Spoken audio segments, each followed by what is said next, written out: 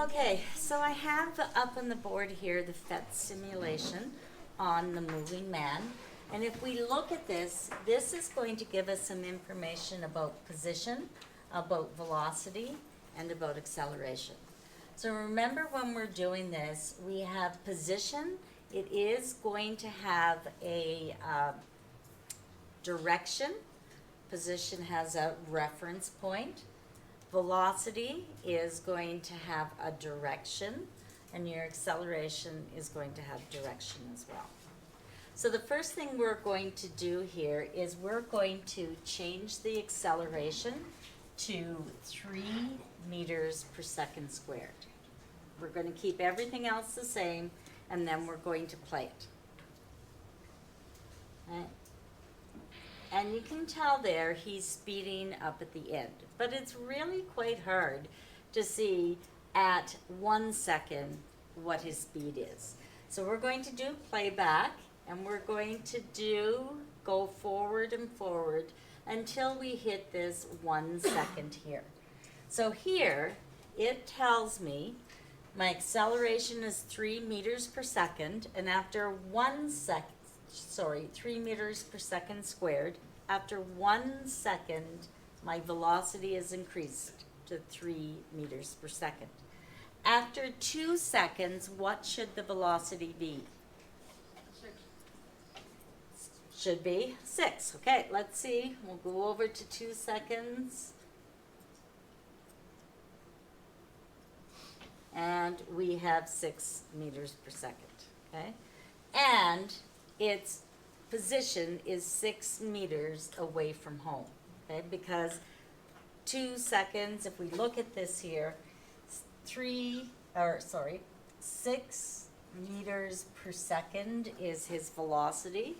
And we've had, so he has moved a total of 6 meters. Okay. We're going to do it again, and let's go first. Before we do that, we'll go to the charts, please. Okay, so we're going to hit record here at the bottom. And we need to reset, so we don't have to reset all. Okay, so again, we will have 0, 0, and 3. We'll put 3 meters per second in there, squared.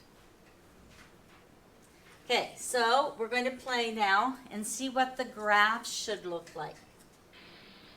Okay, so obviously this is him hitting the wall. So it's kind of before he hits the wall that we're worried about. Oh, this guy says, I have a constant acceleration of 3 meters per second squared. And so I have a horizontal line slightly above the 0 at 3 meters per second squared. Since this is a constant acceleration, my velocity time graph has to be a straight line segment, because the slope of my velocity time graph is equal to acceleration. Next one. This one tells me I am constantly increasing my velocity. So my position time graph has to be curved.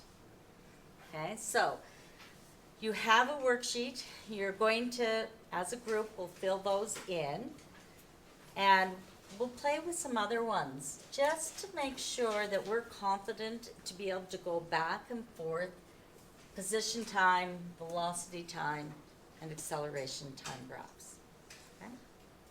Okay, and that's good. We're going to shut up.